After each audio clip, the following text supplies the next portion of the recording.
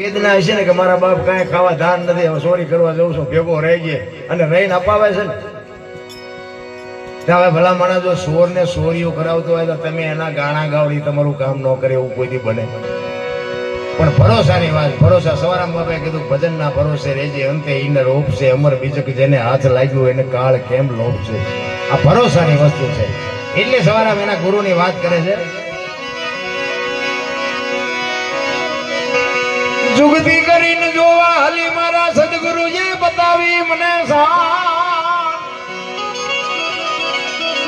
અમરનગર માં યાતમ દેખ્યા, હું તો ભૂલી ગઈ થી દેહનું.